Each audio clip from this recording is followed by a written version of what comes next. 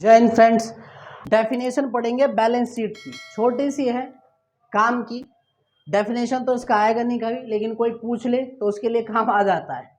A statement of firms asset and liabilities capital proprietor, यानी कि आपने यहाँ पे एसेट और लाइबिलिटी किसी फर्म के स्टेटमेंट में दिखा रहे हो कि मेरे पास इतनी एसेट है, इतनी लाइबिलिटी है और इस प्रोक्राइटर में कितना कैपिटल लगाया है, इतना पैसा है। एक स्पेसिफिक पॉइंट ऑफ टाइम पे, जो हर साल जो है ना क्लोजिंग डेट पे ही बनती है, तो उसी को हम कहते हैं बैलेंस शीट या तुलन पत्र। ठीक है, कंपैरिजन के लिए अच्छा होता है, जिससे कोई भी जो है देख करके बता दे कि इस कंपनी में कितना जो है सही काम चल रहा है या नहीं चल रहा है। ठीक है, हम फाइनेंशियल स्टेटमेंट का जो है सबसे लास्ट बैलेंस शीट, जिसे हिंदी में हम तुलन पत्र भी कहते हैं। क्या कहते हैं? तुलन पत्र। ठीक है, जो हिंदी में अकाउंटेंसी पढ़ते हैं उनको अच्छे से पता होगा।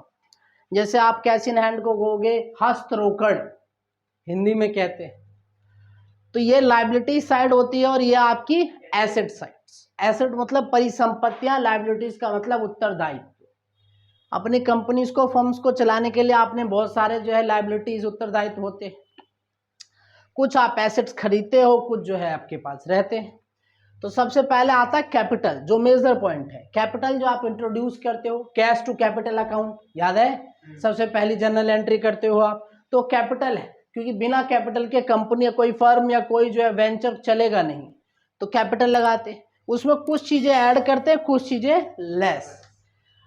इंटरेस्ट ऑन कैपिटल, क्योंकि आपके कैपिटल पे क्या इंटरेस्ट मिल रहा है, तो मतलब क्या है, आपके उसमें ऐड होगा। क्या होगा? ऐड। नेट प्रॉफिट, फायदा है, फायदा तो नेट प्रॉफिट ऐड हो गई, तभी तो हमारी कैपिटल बढ़ेगी, तभी तो हम जाकर के जो है हमारा बिजनेस ग्रो करेगा। लेस क्या होता है? ड्राइंग। पर्सनल यूज के लिए जो कोई आप चीज जो है अपने उससे उठा लेते हो, तो वो आपकी ड्राइंग है, तो आपके लिए, फर्म के लिए क्या है, ये नुकसान है, तो वो क्या करेंगे? लेस।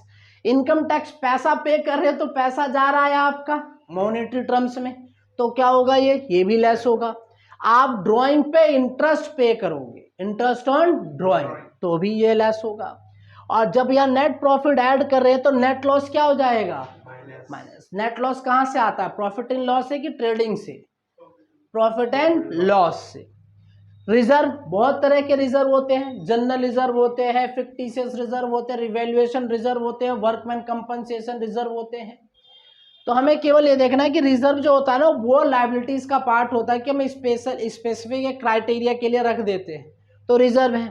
लोन, आप बैंक से लोन लेते हो अलग अलग बैंकों से, तो वो भी आपकी लायबिलिटी है, तो वो भी आएगा। बैंक ओवरड्राफ्ट, आपको ओडी अकाउंट मिलता है कि बैंक आपको कहता है कि आप इतने, इससे ज्यादा आप यूज कर सकते हो, तो उसे ओडी कहते हैं, जिसे कहते हैं ओवरड्राफ्ट। फिर आता है एम्प्लॉय प्रोविडेंट फंड, ईपीएफ का पैसा, जो आप एम्प्लॉयों को पैसा जो फंड में डालते हो, तो ईपीएफ है, वो भी क्या आ जाएगा? आपका लायबिलिटी है, क्योंकि जब एम्प्लॉय यहाँ वो होगा, रिटायर होगा या जाएगा, तो आपको उसका पैसा देना पड़ेगा। बिल्स पेबल, ठीक है, ये है क्या है? बिल्स पेबल, जो शॉर्ट टर्म में जो है लिख कर दे देते हैं, वो बिल्स पेबल होता है।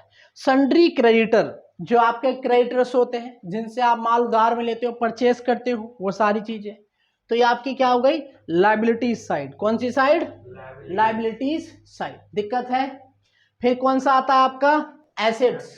कौन सा आता है? दिक्कत है? एसेट्स में आता है गुडविल। गुडविल पता है आपको? जो हमारी कंपनी की ब्रांड वैल्यू होती है, इमेज की वैल्यू होती है, वो गुडविल होता है, वो भी आता है इसमें। ठीक है। प्लांट, इंटेंजिबल, इंटेंजिबल जो भी है सारे एसेट में आ जाते हैं। प्लांट एंड मशीनरी, आपने प्लांट खरीदा क्योंकि मशीन के बिना काम चल नहीं है, आजकल चलेगा नहीं चले। बिल्डिंग, लैंड एंड बिल्डिंग खरीदोगे अपने जो है परमिसेस, अपने कंपनी को चलाने के लिए, हाँ या ना, तो वो आएगा। पेटेंट एंड ट्रेडमार्क, पेटेंट होता है कोई चीज इनोवेट करी आपने, या आपने अपना कुछ कंपनी का लोगो बनाया, तो उसके लिए आप ट्रेडमार्क के लिए एप्लीकेशन दे देते हो। पेटेंट होता है इनोवेशन करने के बाद जो उसमें मिल जाता है।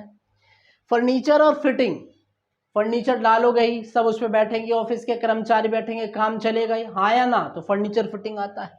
इन्वेस्टमेंट, आपने पैसा आया कहीं पे, आपने इन्वेस्ट कर दिया प्रोजेक्ट में या दूसरे किसी बैंक में, कहीं और भी, बहुत सारे शेयर में पैसा डाल दिया। सन्ड्री डेटर, जिसपे आपने माल उधार पे बेचा है, तो वो आपके क्या है? डेटर। क्या है? डेटर।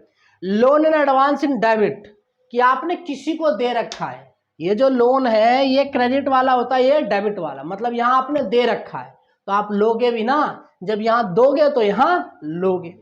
क्लोजिंग स्टॉक भी आता है, कौन सा आता है? क्लोजिंग स्टॉक, जो आप ट्रेडिंग में लिखते हो ना क्लोजिंग स्टॉक, वो यहाँ भी आता है। कैश एट बैंक, बैंक में जो आपका लास्ट जो है 31 मार्च को बैलेंस होता है वो आता है। कैश इन हैंड, आपके हाथ में कितना रोकड़ है उसके लिए आता है। बिल्स रिसीवेबल, जो बीआर होता है एक पत्र जैसा, ठीक है, उसे बिल्स रिसीवेबल, ये सैलरी क्रेडिटर से ही रिलेटेड होता है, ठीक। तो ये आपके एसेट्स, केवल अभी एसेट्स के फॉर्मेटिंग में हमने देखा यही आते हैं। उसके बाद जो है हम इसमें एडजस्टमेंट करेंगे नेक्स्ट चैप्टर में, बहुत सारे, कम से कम जो है 12 से 15 एडजस्टमेंट हैं। कितने हैं? 12 से।